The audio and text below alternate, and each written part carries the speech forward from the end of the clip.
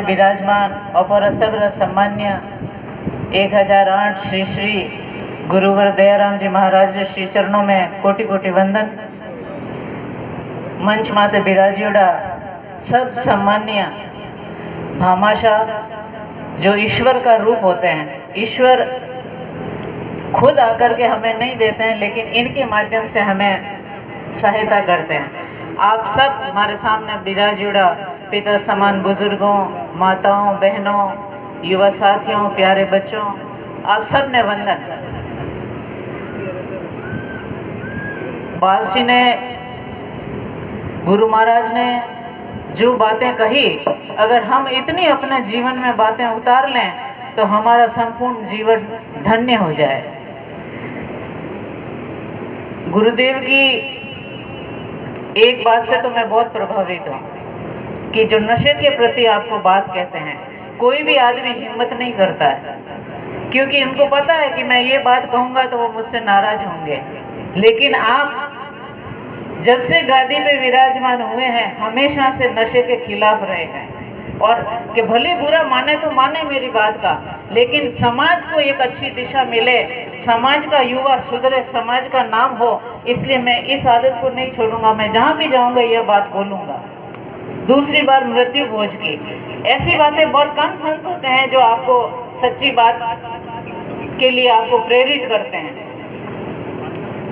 इसलिए मैं इनकी इन बातों से, और आज इन्होंने जितनी बातें बताई वो हम सब अगर अपने एक दो बात भी उसको अपने जीवन में धारण कर लें तो हमारा जीवन संपूर्ण रूप से सफल जीवन हो जाता है।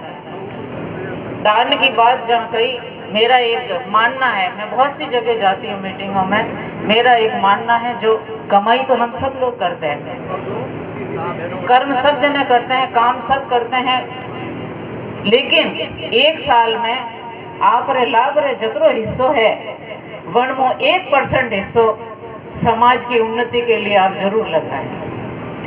लेखा जोखा चौपड़ा जो साल रो 12 महीना रो आप खाते को करो, वन में 1% ज़्यादा मर्जी है आपकी तो 2%, लेकिन वो पैसा आप समाज की उन्नति के लिए, शिक्षा के मंदिरों में, या कोई गरीब बच्चा पढ़ना चाह रहा है और पढ़ नहीं सकते, उसके लिए आप जरूर मदद करें। ये तो हमारे वेदों में भी लिखा है कि एक हाथ दान दे तो दूसरे हाथ को पता ही न चले। वापसी की वो बात किसमें आपके प्रकट होती है कि परिवार के बच्चों को पढ़ाओ, भाई कमजोर है तो उसके बच्चे को पढ़ाओ, और रिश्तेदार का बच्चा कमजोर है तो उसको पढ़ाओ। ये बात उसमें सिद्ध होती है कि आपका एक हाथ दान दे दूसरे हाथ को पता न चले। आप जो कर्म करोगे वो सामने आएगा। ऐसा बात नहीं है कि ध्वनि की प्रतिध्वनि नहीं होती, हम बोलते हैं तो उसकी ध्वनि होती है, तो आप जो कर्म करोगे उसकी प्रतिध्वनि भी आएगी। भुगतना हमें यही है। स्वर्ग और नरक किसी ने नहीं देखा है, हमने वेदों में पढ़ा, शास्त्रों में पढ़ा, महाभारत पढ़ो चाहे रामायण पढ़ो। आपका इतना उम्र हुई है, ये उम्र का बाल धोड़ा हुआ आपका अनुभव बोलता है कि स्वर्ग हो या नरक वो सब इसी जीवन में है। आप बुरा करोगे तो बुरा भोगने को मिलेगा। इसलिए हमेशा हमारी ये आदत रहे कि हम अच्छा करें, अच्छे मार्ग पर चलें और अच्छा व्यवहार सबसे करें, नहीं तो हम अपना भी खराब करते हैं, समाज का भी खराब करते हैं, और एक संदेश अच्छा नहीं जाता है। आप देखो, मैं एक बात कहना चाहूँगी जो मुझे बहुत अच्छी लगती है कि नदी का पानी मीठा होता है। क्यों? क्योंकि वो बहता रहता है। समुद्र का पानी खारा होता है। क्यों? क्योंकि वो सबसे लेता रहता है। जितनी नदियां हैं उन सब का पानी समुद्र में जाके मिलता है। मिलता है कि नहीं? पढ़ा आपने? और नाले का पानी बदबू मारता है। क्यों? क्योंकि वो एक जगह पड़ा रहता है। यही जीवन का सिद्धांत है। अगर नदी की तरह देते रहोगे तो मीठे लगोगे, लेते रहोगे तो समुद्र की तरह खारे लगोगे, और रुके रहोगे तो आपको कोई नहीं पूछेगा। इसलिए हमेशा हम ऐसा कुछ न कुछ करते जाए कि उसका परिणाम अच्छा हो, समाज का उत्थान हो, बच्चियां पढ़े, बच्चे पढ़े। और एक बालसी की बात से तो मैं अभी गांठ बांध के जा रही हूँ कि विवेकानंद जी ने कहा था कि उठो, जागो और तब तक मत रुको जब तक आपको लक्ष्य प्राप्ति ना हो। तो मैं तब तक रुकने वाली नहीं हूँ भाई। आज एमपी साहब ने भी बड़े मन से मुझको धन्यवाद दिया, पहली बार हो इतने कितने 12-13 साल में आज एमपी साहब ने बड़े मन से पहली बार क्या हमारी मोटी बहन ने धन्यवाद किया, मैंने खूब दी दो। तो लेकिन मैं तब तक रुकूंगी नहीं, आती जाऊंगी, दौड़ती जाऊंगी। फल देना ईश्वर के हाथ में है, लेकिन मुझसे जो अच्छा होगा वो मैं समाज के लिए करूंगी। समाज के लिए हमेशा मैं समर्पित हूँ। आप कोई भी काम बोलिए, कैसा भी काम कहिए, जो मुझसे बन पड़ेगा उस सेवा के लिए मैं सदैव तैयार हूँ। और खासकर बच्चियों की शिक्षा के लिए मेरा आपसे शिक्षा प्राप्त करने का उद्देश्य खाली ये नहीं है कि हमें नौकरी करनी, कि नौकरी लग जाए इसलिए शिक्षा करनी है, शिक्षा लेनी है। आप बच्चों को ग्रेजुएट कराइए, वो इसलिए कि उसकी ज्ञान प्राप्ति ज़्यादा होगी। ज़्यादा पढ़ा लिखा होगा तो व्यापार भी अच्छे से करेगा, ज़्यादा पढ़ा लिखा होगा तो उसका व्यवहार, उसकी आदतें समाज की उन्नति के लिए, राज्य की उन्नति के लिए, देश की उन्नति के लिए सभी जगह वो काम आएगा।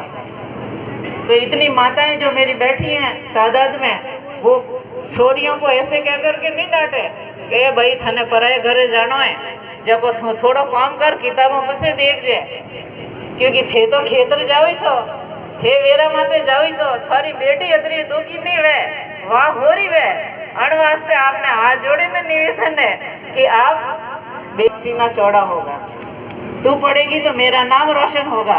इसलिए बच्ची को भी उतनी सुविधाएं दें जितनी आप बेटों को देते हैं। और बालसी ने जैसा कहा कि पुरुष प्रधान समाज है, जब तक पुरुष हम महिलाओं को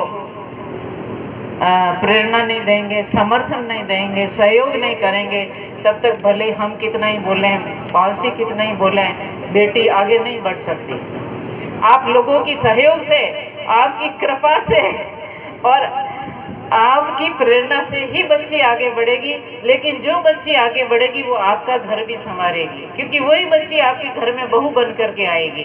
अगर बहू के संस्कार अच्छे होंगे, वो गुणवान होगी, तो हमारा समाज आगे बढ़ेगा, और समाज आगे बढ़ेगा तो समाज का नाम रोशन होगा, देश का नाम भी रोशन होता है। यहाँ जितने भामाशाह बैठे हैं उनको मैं बार बार वंदन करती हूँ कि भगवान उनको खूब दे, उनका घर इतना भरपूर भर दे कि वो आपको दोनों हाथों से दिल खोल के लुटाए, जो हमारे समाज के अग्र रूप में काम आए। गुरुदेव के चरणों में वंदन। मुझे आपने मान दिया, सम्मान दिया, यहाँ बुलाया, उसके लिए बहुत बहुत धन्यवाद, आभार। एक मैं इस रानीवाड़ा ट्रस्ट ये जो बना है, यहाँ वाला ट्रस्ट है, उसकी तो मैं बहुत प्रशंसक हूँ। इस ट्रस्ट ने जितनी मेहनत और लगन से इतनी बिल्डिंग और इतना कामकाज खड़ा किया है, इतना जोधपुर के सिवाय और कहीं पे भी नहीं है। इनके काम से मैं इसीलिए बहुत खुश हूँ, और मेरा मन होता है कि ईश्वर इतना दे कि ये जितना मांगे मैं उतना सब लुटा दूँ। तो इतनी ही शाखाएं हमारे सब जगह बनती जाए तो उसके लिए समाज को बहुत आगे बढ़ने में सहायता होगी। ट्रस्ट का बहुत बहुत धन्यवाद, ट्रस्ट गणियों का सबका आभार, धन्यवाद। जय भारत।